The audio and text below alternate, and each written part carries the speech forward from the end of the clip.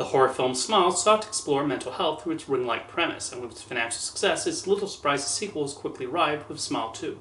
Focusing on a pop star attempting to recover from drugs, the film is very clearly about addiction and the pressures of celebrity. Sky Riley tries to navigate this ordeal. These are noble themes to explore, although they are largely surface level. The film deserves credit for trying to do something different with the concept, although eventually starts to rely heavily on the usual tricks of the genre. The film seeks to give a sympathetic portrait of Sky, providing a different perspective of what being a celebrity is like.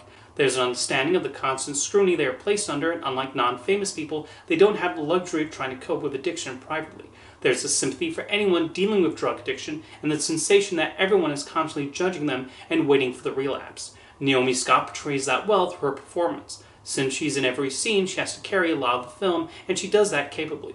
One wishes the film had explored those themes more than it does, but it also has a horror story to tell. A lot of those horror scenes are reliant on shock value and the potential creepiness of those smiling faces.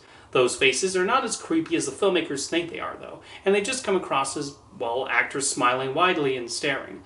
A lot of the other horror scenes go for blood and guts, with director-writer Parker Finn and his makeup and special effects teams going all out and making them as gruesome as possible. However, they really are just a lot of blood and guts, and a few even end up looking rather silly. There is one very unnerving scene, though, that is properly built up and provides the needed chilling factor as you watch it unfold. Smile 2 does have a surprising sense of humor to it, which fits well with the characters and their situations. Even quick casual remarks and reactions elicit chuckles and provides a solid relief from the more horrific moments. Throughout the film are a few splashy musical numbers as Sky prepares for her big show, which capture the big bombast of pop star concerts, although Finn is more interested in exploring the demonic aspect of the story rather than the behind the scenes of this show.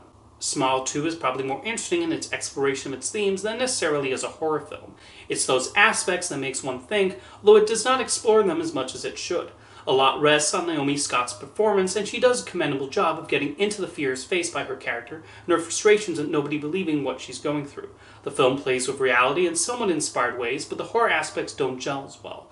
There's a particular reliance on sudden loud noises, jump scares, and those smiles to generate frights, and it's all very telegraphed. There are a few plot-related curveballs at least, but this is otherwise a fairly standard horror sequel with some intriguing ideas.